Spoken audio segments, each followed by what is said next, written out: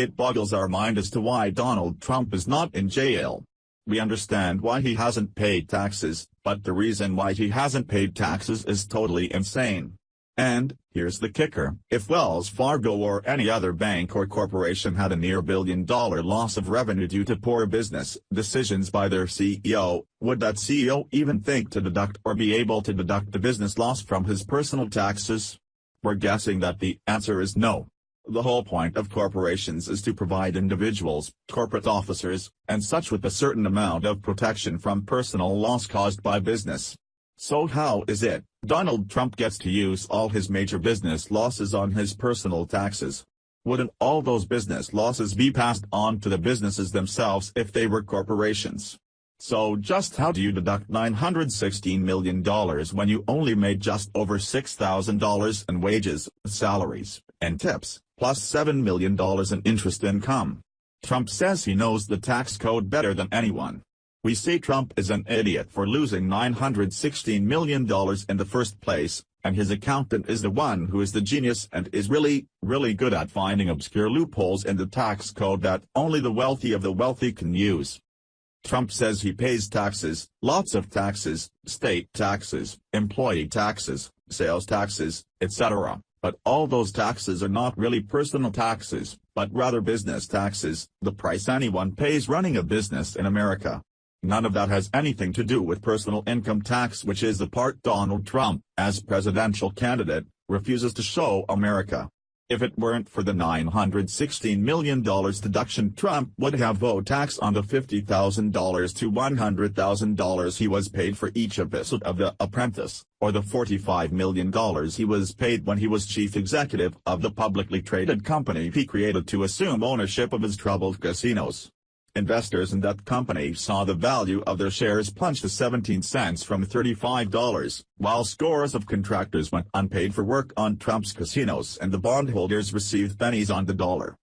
This of course is where Trump's charitable foundation comes in and why since 2008 he has been using his non-profit foundation like his own personal piggy bank. It is a slick way to avoid adding to your gross income without paying taxes, especially if you can get people who owe you money to donate that money to your charitable foundation. It's a pretty slick deal actually. Everybody wins. Trump gets the money he is owed but it isn't counted as income, and the guy that owes him money gets to write the debt all off on his income tax. But Trump is not as slick as he thinks he is. You don't get to use funds from a non-profit organization for your own personal profit, especially if it is your own non-profit organization. People go to jail for things like that, unless you're super rich and have a team of lawyers that can keep things tied up in court for decades.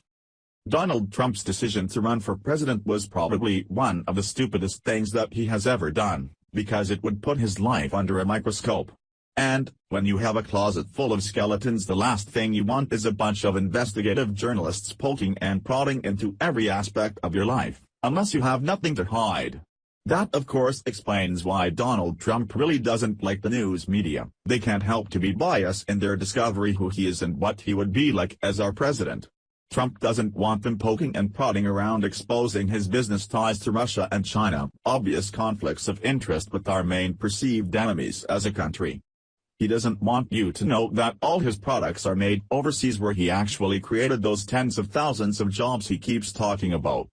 He doesn't want you to know about the workmen and the contractors he shafted, or the underpaid undocumented immigrants who built Trump Tower with cheap Chinese steel, or the foreign nationals he brought in to work at his hotels instead of hiring Americans as he should have done.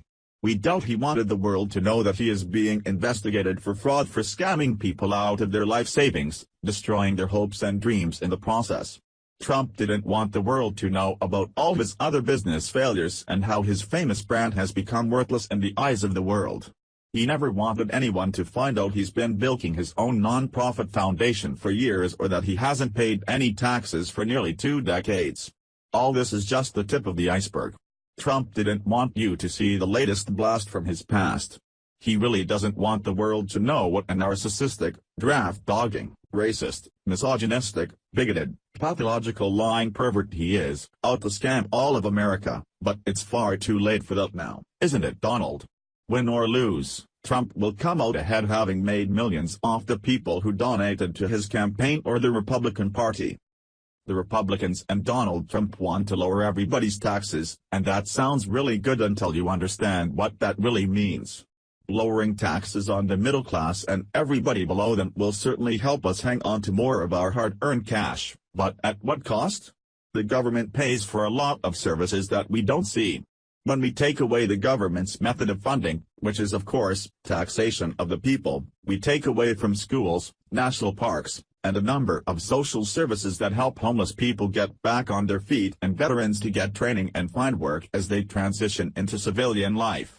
This is but a fraction of the effect on services that are being provided by our government. Lowering everybody's taxes would be useful if it would give our government the impetus to streamline some of the programs the government already offers and discontinue those programs which are absolutely useless. However, the reality is very little will change as we doubt any changes that the Republicans and Trump make will have any real significant effect on the bloated corrupt system our government has become. After all, Trump has already admitting to attempted bribery of government officials as part of doing business, with a shrug of his shoulders and a glib smile. The Democrats and Hillary Clinton want to raise taxes, and that sounds terrible. It's not as bad as it sounds though. They want to raise taxes on the wealthy and try to cut out some of the loopholes that allow Donald Trump, and other people and businesses like him, to avoid paying taxes altogether.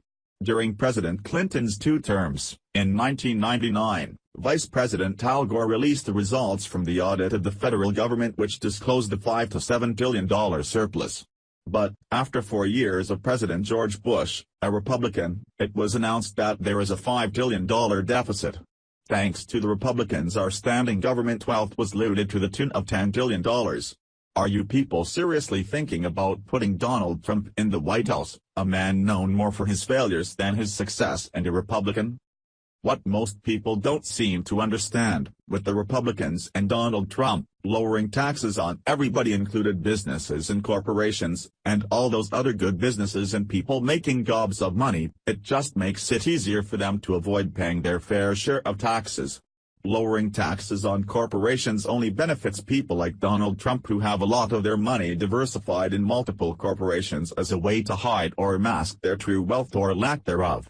It comes as no surprise that Trump would stand to gain quite a bit from a reduction in corporate taxation given the fact that he's tied to more than 500 corporations. It makes sense that Trump would need to find ways to reduce his taxes given that the more than $900 million deduction for business losses used in 1995 that helped Trump avoid paying taxes altogether for 15 years, has run out. We tend to favor a flat tax on a slightly graduated scale for individuals and families. We would also like to see a complete overhaul of all the departments within the government, eliminating the bloat and streamlining their operations in an effort to make them more efficient and more effective in their service to all Americans. We also like to see more deductions for both individuals and families struggling to make ends meet, while reducing or even cutting off those deductions for individuals and families who don't face the same challenges as the struggling middle-class citizens of this great country. We don't want to have to explain to our fellow Americans why a family who is making $30,000 to $40,000 a year they pay more, by percentage, than someone who makes $30 to $40 million a year. In the current broken system, the people making $30 to $40 million a year are the ones paying the least amount of taxes when at the very least if we had a flat tax system in this country everybody would be paying proportionally. There are people in this country who shouldn't be paying taxes, and we're talking about the very poor who make less than $20,000 a year, and they certainly should not be paying more taxes than a person with an interest income of $7 million who managed to deduct $900 million worth of business losses from his personal taxes that should have been passed on to his corporations rather than being deducted from his personal income. At least Hillary Clinton is proposing tax code changes that would cost her and her family money. Trump, by contrast, is proposing tax changes that would greatly benefit the commercial real estate business, which is his primary field, and would greatly benefit his own family. While we support taxation of businesses with the same kind of flat taxation of individuals and families, we also support a wide variety of deductions that would allow businesses to invest in themselves through research and technical and mechanical upgrades, enabling them to not only create more jobs but to pay fewer taxes while being more productive and competitive as a business in this modern age. In terms of economic policy, the complaint that many of the manufacturing jobs in this country have moved overseas is seen as a problem from the standpoint of those who have lost their jobs to countries that have a lower wage scale. We too see this as a problem of sorts, but we also see it as an opportunity that may solve other problems we face as a country. Having a protectionist attitude towards keeping jobs in this country can be self-defeating. Also, adding tariffs to overseas products to enable American products to compete with the same kind of goods from countries with lower manufacturing costs actually makes it harder for businesses in this country to compete in the global market. This is why a number of presidents have pushed for the free trade agreements like the North American Free Trade Agreement, known as NAFTA. However, America never really learned how to compete in the global market and consequently has lost a lot of jobs to overseas companies and companies in this country that moved overseas to take advantage of the lower cost of labor in those countries. The fact of the matter is for a long time we, as a country, resisted a certain amount of modernization of our manufacturing processes simply because we would not automate the process in the fear that American workers would lose their jobs to robots. It is still this kind of mentality that systematically keeps us from competing on the world market today. Ask yourself, what would happen if the world suddenly refused to buy and import American products? Then of course, you have to respond with what would happen if we refused to buy or import products from the rest of the world in response to that kind of world action? There are a lot of American businesses that do business on the world stage, and could not survive if they were limited to doing business only in this country. We really don't like to see American businesses taking American jobs overseas to take advantage of the lower cost of labor in countries on the other side of the planet. However, investments in neighboring countries not only helps improve the infrastructure and lifestyle of those countries, it also reduces the need for people to uproot their lives in search of a better way of life that the American example has always offered the world. To put it more simply, it reduces the problem of illegal immigration by helping to create a better standard of living within neighboring countries. In countries like Mexico, it is harder for American businesses to take advantage of the laborers than it is if those companies move to Asia, for example. And, even if American companies move overseas, the standards of protection for laborers in those companies should not be diminished simply because they move to a country whose laws allow labor abuse to flourish. As Americans, we should hold ourselves and our businesses to the highest of standards. While investing in the welfare of neighboring countries might prove beneficial in the long run, this country cannot afford to prop up the economies of every country on this planet. We have to live with Central and South America because they are neighbors, and we think it is a good thing to invest in the welfare of our neighbors because that is the right thing to do, and it will help reduce the influx of illegal immigrants from those neighboring countries by improving their quality of life. We should seek to find a way to dissuade businesses from moving manufacturing jobs out of this country to the other side of the world, but we should also find a way to reward them if they choose to invest in the neighboring countries. The idea here is to keep all the money closer to home so we can, hopefully, at least have a better idea how our investment in the neighboring countries are being used or abused. This of course brings us around to our foreign policy in foreign aid, where a lot of the principles we've just outlined could apply as well. Certainly we should be known throughout the world for our generosity in times of natural calamities around the world. But, we should stop propping up the economies and governments of countries around the world. Just like we should stop playing the role of the world policeman. That doesn't mean we should stop being an actor on the world stage, but with so many problems here in this country we have failed to address, we simply do not have the resources to solve all the other problems in the world too. And, all too often those solutions that we have applied to problems around the world have left a trail of dead bodies everywhere we have gone as a country. Contrary to popular belief, guns and bombs can't solve all the problems in the world today. As with our economic policy, what foreign aid that we do give out as a country, not directly related to humanitarian aid, should again be invested in our neighbors. Even then, we should invest in America first and solve the problems that we have right here, and we have a lot of problems in this country that need to be addressed. It is one thing to relieve the plight of starving people around the world, and that is a good thing to do, but when we don't address the starving people we have in this country, it's an issue, a very big issue that we as a country have yet to address. A huge part of that problem is Congress's inability to act for the good of the people. They are more concerned about protecting their political party affiliations than they are about representing the will of the people of this country and looking after their needs and assets. I take part of that back. They look after our assets a little too well, to the neglect of all else. That is one of the reasons why we need a new revolution in this country. Illegal immigration is not the problem everybody keeps telling us that it is. Illegal immigration is part of the blame game that the government, corporations, unions and other similar institutions like to play in order to deflect blame away from themselves and their own failures on behalf of the businesses, families, and individuals of this great country. Illegal immigrants from neighboring countries are hardly the problem that legal immigrants, tourists, students, and similar temporary status visas overstaying their visas that are much more problematic than illegal immigrants from Central America. Illegal immigrants don't have near the impact on jobs in America the various politicians and other groups would have you believe.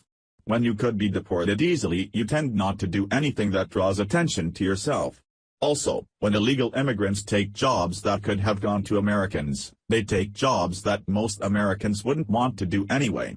They actually fill jobs that are generally given to the poor undereducated workers when you can find some in America that are actually not too proud to work for minimum wage and clean toilets, or pick vegetables and fruit that are eventually sold in local grocery stores.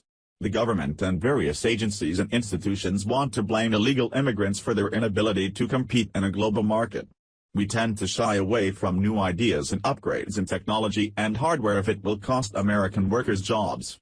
Blaming our lack of efficiency as a country on illegal immigration is nothing more than a good talking point for politicians and racists out to make points with an uninformed America without any regard to actual facts, and that is unfortunately how our government treats most of our problems as a country.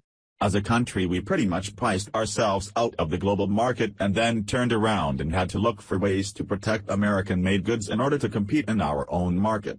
None of that is the fault of illegal immigration, but no one in Congress is willing to look in the mirror and point the finger at the real culprits costing us American jobs. This country needs an enema. We need to change nearly everything about this country. It's not just about putting everybody back to work again.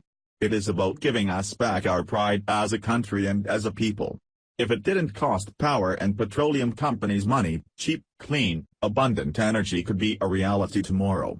Just retooling this country to use less energy could create thousands of jobs across a wide variety of industries. Just paying for energy that we use every day takes a large bite out of our paychecks every month. But, if it were possible to significantly reduce or eliminate our individual energy usage in the long term, you'd see a large number of jobs created not just for installing new equipment but in terms of research creating new household products that operate at lower voltages. If you think that we don't have the technology already, and you want to see what is possible, go down and visit the nearest RV or houseboat yacht dealer and look around at some of the really large RVs and houseboats, because a lot of the equipment that goes into these vehicles can operate on 12 to 24 volts, often having to step the power down to the lower voltage from a 110 volt connection. Even at higher voltages there are cleaner, safer, nuclear reactors we could use instead of our current out-of-date cumbersome nuclear technology. Technology safe for export to the rest of the developing world because it cannot be weaponized, which could become a key part to our foreign aid policy in part of our own search for cheap, clean, renewable energy. Now, on to a different subject. Our strategy for fighting ISIS is seriously flawed. Without consideration for local religion, customs, and traditions, we will never truly be able to defeat ISIS. The Middle East is a complete and total mess that we pretty much created in our rush to avenge ourselves for 9/11. President Bush was in such a hurry to go to war he didn't give diplomacy a chance to work. The Afghanistan government made a simple request that we provide proof of Osama bin Laden's guilt before they would turn him over to us. And, if roles were reversed, we would have made the same request before turning anyone over to another country. Then of course there was the non-existent weapons of mass destruction Bush invaded Iraq for and never found. Those two wars set the stage for everything that has followed since then. Without Obama, with the support of Congress, the current civil war in Syria would probably be over right now. As violently as Assad and the Syrian army might have put down the rebellion, we doubt that the number of dead and displaced people would be nowhere near what those numbers are today. Without an Islamic element as part of our overall strategy in the Middle East, peace in that region of the planet will continue to be elusive even if we drive ISIS from all their strongholds. They will simply be reborn elsewhere in a much more sinister form. Islamophobia in its many forms is one of the greatest recruiting tools the so-called radical Islamic groups have in their propaganda arsenal. Stripping the false mask of Islam from groups like ISIS and the Taliban and other people like them is a key component to their ultimate defeat.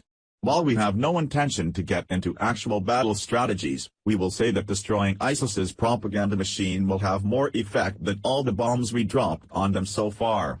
Because, what would happen if we could get all of Islam to turn against ISIS and groups like them?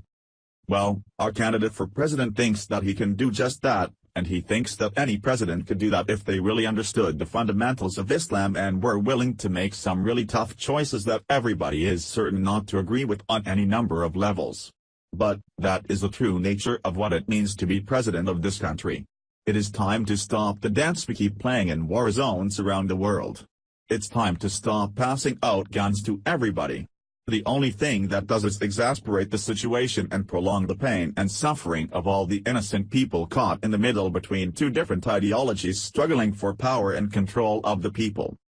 We have a multitude of problems in this country that need to be fixed. The only way they can be fixed is from within the system. Beyond that is an armed revolution that would be messy with no guarantee that it would not create an even larger problem and potentially shatter the country forever, but we continue to plan and prepare for that final option if we cannot effect change in our government in any other way. We offer America real change. We offer America a level of integrity and honesty that this country has never seen in politics. If we don't know the answers, we will tell you we don't know the answers. But if we don't know the answers we will go looking for them on behalf of all America. So if you really want change in this country, vote for our write-in candidate Ronald B. Chandler. He believes that America must come first, that we take all that money we spend elsewhere in the world and spend it on our country solving our problems before we start worrying about all the other problems in the world. Or are we willing to literally watch this country slowly fall apart? Stay tuned to our YouTube channels for updates and more propaganda and various addresses to America by our presidential candidate.